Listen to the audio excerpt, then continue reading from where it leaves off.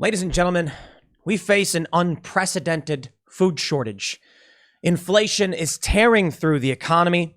Many people are wondering how they'll be able to afford their weekly groceries. There is a potential diesel shortage on the way, which could make everything worse because now there will be no shipping. Without diesel fuel, how will we even grow the crops and harvest them? Not to mention the price of gas for the average person is through the roof, breaking records. And there's only thing we can do. It's about time that we as a nation took the only logical action of sending $54 billion to Ukraine for their war effort and opening up our southern border to waves, hundreds of thousands of illegal immigrants. It's the only way. It's almost like as everything boils around us and implodes, the Democratic establishment, the establishment uniparty, is actually content on making things worse. Well, there are certainly some people who are making a statement, albeit one that's not really doing all that much, but it's kind of funny anyway. On this ever so dire of mornings, I guess, Governor Abbott says he will send more than 400 buses of migrants to D.C. as he laments Biden and Harris have never once reached out to him about the crisis, with White House steering clear of border the day Title 42 was supposed to end. The courts have said you can't end Title 42, which is basically if an illegal immigrant crosses the border, they can take him and send him right back. It's a COVID policy. Biden's trying to lift it. I just don't know what to think at this point. How can you come to me or any reasonable person and say it's not on purpose? So that bit I just did opening this segment, let me lay it out for you. Gas prices are at record highs, never been higher on average. AAA says it could get up to $6 per gallon by August, likely. In California, they've added digits to their gas stations to prepare for $10 per gallon gas. People are not going to be able to work.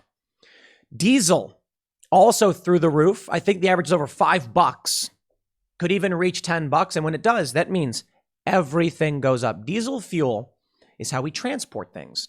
In many ways, it's how we make those things, if we even make anything at all. With that, we're going to be looking at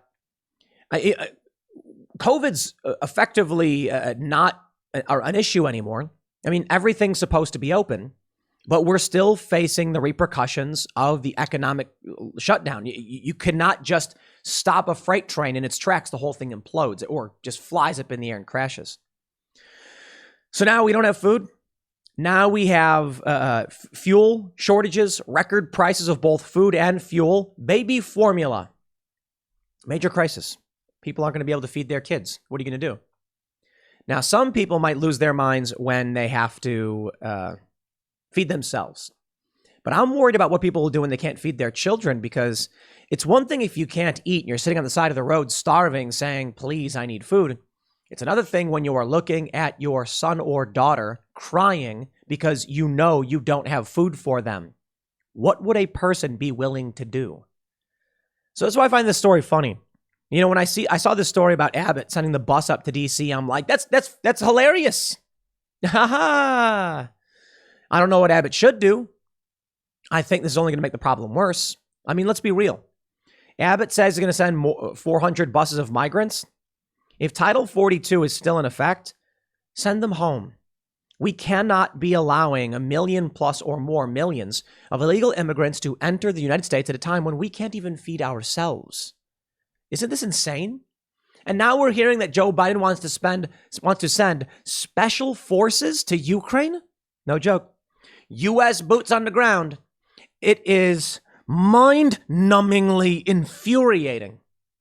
The U.S. says we need to reopen our embassy in Kiev. Oh, but now we have to protect it. Send in the special forces. It's an excuse to get U.S. boots on the ground. This is what we have to look forward to. Let's talk about a little bit of all of it. So, look, with this wave of illegal immigrants, let me show you this. With NPR reporting just the other day, with food prices climbing, the UN is warning of crippling global shortages. I'm going to do another shout out for safe and ready meals. I do these periodically. Here's the crazy thing is I used to do them once every few months because I'm not all that big on telling everybody, quick, buy food. I have been in these past 5 months because of what's coming in fall. Head over to safeandreadymeals.com. Pick up your emergency food if you haven't already. This is a sponsored spot for this segment. Thank you so much to safeandreadymeals.com for sponsoring the work that I do. Let me just lay it out for you. It's a combination of news and this sponsored post why I think you should really consider this. Fertilizer shortage because of the war with Ukraine and Russia. The U.S. is now basically directly involved. The U.S. provided intel to Ukraine, which they used to bomb the Moskva, the Black Sea flagship for Russia. The Biden administration wants to send special forces into Kiev. Illegal immigrants are set to flood the U.S. border. They've already been. The U.S. has deployed border guards to Europe to deal with refugees instead of our own border. There's a food shortage that is coming. It's a crisis we've talked about quite a bit. We don't have the fertilizer. Planting season has already begun. Planting season's probably coming to an end for a lot of staple crops. Without fertilizer, what do you get? Some are estimating crop yields could be down 30 to 50%. That means look for a comparable price increase. People got to eat. If there's only half as much wheat available, companies are going to compete for that wheat. So you're talking about breads, biscuits, anything, cereals. So you want to get your Cinnamon Toast Crunch? You want to get your muffins? Well, those companies are going to be going to the wheat suppliers saying, it's probably going through a flour processing thing. The flour company is going to get as much as they can and say, we're at limited capacity. Then they're going to be like, I got everybody bidding, saying, we want to buy wheat. I only have enough for half. Food will double in price, or maybe it's a bit of a stretch, a 30 to 50% increase, maybe, due to supply constraints. And then you're going to go to the store and there's not going to be all that much. Now, look, to be honest, we got too much of a lot of different things anyway. But I think the issue is, you think baby formula is bad? Safeandreadymeals.com. Get your emergency food supply because come fall, the harvest is going to be limited. They're not going to be able to ship the things you need. And as all of this is happening, our resources are being sent to Ukraine. Not all of them. I know it's just $60 or so billion, which is a lot. We could be spending that elsewhere. But we also have this illegal immigration problem. What are they going to eat? The 1 million plus people that are coming across the border, they got to eat too, right? We can't even get baby formula for our own kids.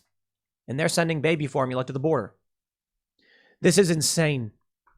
Now, look, I don't know what's going to happen. I'm just saying, it's me. If it's me, I bought a bunch of this stuff. Safeandreadymeals.com. Do what you got to do. Take a look at this.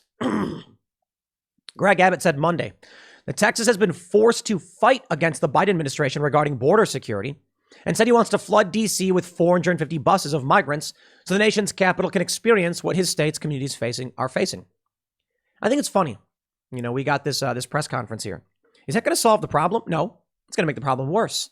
I get it. It probably feels good, right, Abbott? Sending in these buses saying, now you know what it's like. But you're sending illegal immigrants into the heart of this country where they will then spread out. And without any regulation, without any economic planning, they're going to be a burden on our existing food markets. Maybe many will start to leave once they realize there ain't no food here either. I suppose the issue is there's no food here. There's not going to be food there, so they'll stay here. And then we have to contend with it. And then we're going to have to deal with the fallout from this. NPR reports, fears of a global food crisis are growing due to the shock of the war in Ukraine, climate change, and rising inflation. Oh yeah, all those things. Kristalina Georgieva, the International Monetary Fund managing director, told the World Economic Forum in Davos, Switzerland on Monday that the anxiety about access to food at a reasonable price globally is hitting the roof as food prices continue to go up, up, up. Last week, the UN Secretary General Antonio Guterres warned of the specter of a global food shortage in the coming months without urgent international action. Okay. I kind of feel like at a certain point, we're saying the same things over and over again. It's just the next grain of sand has been dropped into the heap. They say, according to UN figures, the number of severely food insecure people has doubled in the past 2 years from 135 million to 276 million today, which is what we all predicted when they began to lock down everything in this country. When the COVID lockdowns happened, it was projected that we were going to see 250 million starving people. We're there, baby. In Ethiopia, Somalia, and Kenya, the number of people facing extreme hunger has more than doubled since last year, from roughly 10 million to more than 23 million, according to the report. Across the 3 countries, the report notes one person is likely dying every 48 seconds from acute hunger-related causes stemming from armed conflict, COVID-19, climate change, and inflationary pressures worsened by the war in Ukraine. They keep saying the war in Ukraine, but I'm not convinced that that's really the issue. From Fox 29, world has 10-week supply of wheat. Expert tells UN Security Council this is seismic. I'm just going to stress this point again. Look, man, I can't tell you what to do. I don't even know if many of you can afford some of these emergency food supplies. I can only say this. Someone super chatted us last night on Timcast IRL. They said, every time you go out, fill up your car, no matter how much gas you use. And they said, you can spend $4 on 1 gallon, then $4.30 on a second gallon, and then later you can spend $4.60 on a third gallon, or you can spend $4.60 on 3 gallons. You get the point? What they're saying is prices are going to go up. Not everybody's going to rush out and fill up their tank. But if you buy as you go, always stopping and topping off, you're saving a little bit here and there. In the long run, you're going to save yourself a lot of money. The same thing I would say is true for food. But I don't think hoarding is a good idea. I don't think panic buying is a good idea either. But right now, have you thought about what you're going to do if the shelves are barren? Do you remember what it was like during COVID? I do. We went to our suburban Walmart, and the only thing they had was mac and cheese, which is really weird. I mean, like, nobody wanted it, I guess. So there was some mac and cheese. There actually were a lot of canned beans. Perhaps people don't realize what they need to survive on. So when it came to buying stuff, people bought dumb things. The pasta was gone for the most part, but there was like macaroni noodles. Nobody wanted those. You're not going to survive on mac and cheese. You're not going to survive on pasta. You're not going to survive on bread. Having it is better than nothing. I'll be completely honest. But rice and beans, probably good. I think rice and beans provides you all the complete amino chains you need to survive. I'm not a nutritionist. Don't take my advice. I'm just saying rice and beans is like a staple. We went to the store and we grabbed up a bunch of beans and we ate them all. For the past year or so, I've taken it very seriously and purchased emergency food, like I mentioned with Safe and Ready Meals, and I've shouted out now several times. It's kind of crazy. In 2020 and 2021, I was shouting out emergency food periodically. I had all these mainstream left, Vice did a hit piece of like, look at me selling food, what a moron. And it's like, now we have, I'll put it this way. By all means, listen to Vice if you so choose and laugh at me. Don't care. The cost of the emergency food is going up. If you bought an emergency food bucket 2 years ago, it's going to last you 23 more years, and it was way cheaper. Isn't that crazy? It's inflation too. That's the other issue. It's like a 10-week supply of wheat. What do you think the price of wheat's going to be when we run out? Someone's going to be opening up their jack and they're like, yo, you want some flour? $50, 1 bag. And you're going to be like, well, rather not starve. And then people who have prepared for this stuff, preppers, like legit preppers, are going to be sitting back smoking a cigar being like, I ain't got nothing to worry about. For the rest of us who are considering buying some, we're going to be like, I'm glad I bought some, but how long is it really going to last us? I don't have all the answers. I can't tell you what to do. But every single day over the past month or so, over the past 3 months, we've been getting inundated with stories about a wave of illegal immigrants, buses and planes, shipping them all over the U.S. We can already barely sustain ourselves as things get worse. Record gas prices through the roof. Biden wants to tap into our resources and the specter of outright World War III. Biden admin considering sending U.S. Special Operations Forces to protect U.S. Embassy in Kiev. Great. They shut the embassy down. They reopen it. And then they say, well, now we got to protect it. We're going to have to send in special forces. You know what the special forces are going to do. they're going to engage in warfare on behalf of Ukraine. It's going to be direct war with Russia. At what point does Vladimir Putin say, fire Z missiles? Here we go. We are not the source of the problem. Kremlin says the West is to blame for global food shortage. Okay. I'm curious. Comment below. Have y'all gone to the grocery store and taken a look at the price of food? When you've been buying groceries, have you been tracking how much the cost of groceries has been going up? It's crazy. A year ago, I talked about how I went to the grocery store and I got like a third of a cart of groceries and the price was like double a year ago. I think we're headed towards $10 for a gallon of milk. I think we're headed towards $10 for a loaf of bread. I don't know, man. I got to be honest. I don't do the grocery shopping anymore. To be real, I was last year, but now I'm just swamped, too busy. So we basically just we use one of those like Uber-like services, and the prices have been going up for the most part. I don't track the cost of a gallon of milk, but milk, bread, and eggs, man. The other thing too is I don't buy eggs either. We have chickens. We have too many chickens, and they just keep cranking out the eggs. We have too many eggs. We're giving them away. That's cool, though. That's cool, though. Based on the amount that we spend on the chickens, the amount of eggs we get, we're actually generating a profit. But then, I guess Chicken City is actually maintaining our food supply.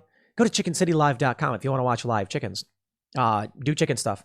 And but the chicken parties have basically funded my eggs for breakfast. So in order to get food and take care of the chickens, we got to have someone do the work. But Chicken City pays for that, so, hey, there you go. I can't predict the future, my friends.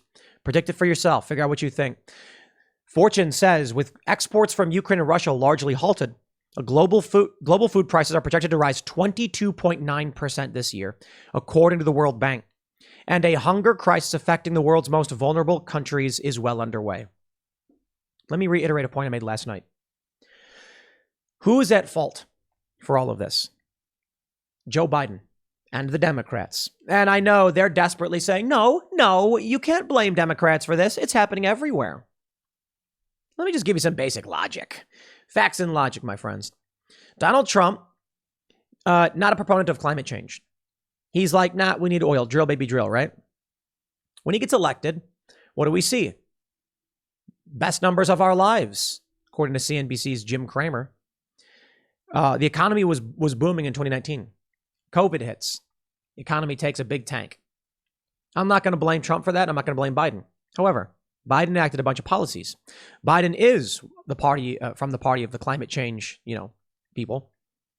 It's not a moral statement on climate change or a scientific one. It's a simple fact statement. Do you think the people who are screaming that we need to reduce carbon emissions, otherwise climate change will kill us, are going to want a booming economy? No. Booming economy means people have more babies. More babies means more people, more adults. More adults means more consumption. If Bill Gates is coming out and saying we need to reduce population growth, do you think he's going to be involved in advocacy for things that will result in a good economy for you? Do you think they want to make your life easier? No. Your life being easier means you will have a family. That's bad. Your life being easier means you can buy more gas. It means you can buy more products. It means more consumption. If they genuinely believe that we need to end consumption and reduce population, there's one way you do it. You strain the average person. So I hope you realize that it's that simple.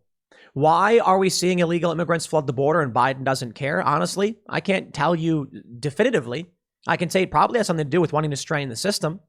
It probably has something to do with making sure people can't get good jobs, can't make a good wage, that prices will skyrocket. Why are they going to war? Look, I won't go so far as to say that they want war to reduce population, but they certainly love to build weapons and blow people up. At the very least, they probably can acknowledge, anyone with any sort of sense of logic can acknowledge that those who want a smaller population would probably be like, a bunch of people died, right? It's weird that would be considered a conspiracy theory, right? You've got people who say there's too many people on the planet. Do you think they're not cognizant of the fact that war results in less people? Of course they know that. I'm not saying it's their motivating factor. I'm saying they're probably taking like, oh, we wanted to reduce population by 15% by the year 2025. Well, we can scratch off the Ukrainians and the Russians. They know it. And again, I'm not saying they're doing it intentionally. I'm saying they're probably factoring into their numbers. They know exactly what's happening. Makes me question why they do all of these things. Perhaps it is just a simple conspiracy theory. But if someone tells you their motivation and then takes actions which contributes to their desires, I have to at the very least say it is strange that the things they do play into what they want. Is it intentional? I'm not saying that. Are they planning for it? I'm not saying that. I'm saying how convenient for those that want a lower population, that food is in short supply, that fuel is in short supply, that prices are skyrocketing, and there's a war going on. Right? It all happens in the end of Trump's first term after a booming economy. I can't speak for the moral or scientific issues. I'm not going to on climate change. I'm just going to say the people who certainly don't like people and think there's too many tend to be enacting policies that hurt people and prevent them from having families or from even surviving. What are we going to see? The people who are going to starve first are the third world countries, are the impoverished or developing nations. Sri Lanka, for a variety of reasons, is going nuts right now. Well, there you go. You get what you vote for. If you believe the planet is dying because of human activity and you're a Democrat, you should be very happy with this. So we will see. But you know what? Record voter turnout for the GOP. I don't think it's going to play right. Regardless of whether it's intentional or not, what the Democrats have done, what the establishment has done, has been disastrous. I'll leave it there. Next segment's coming up at 1 p.m. on this channel. Thanks for hanging out, and I'll see you all then.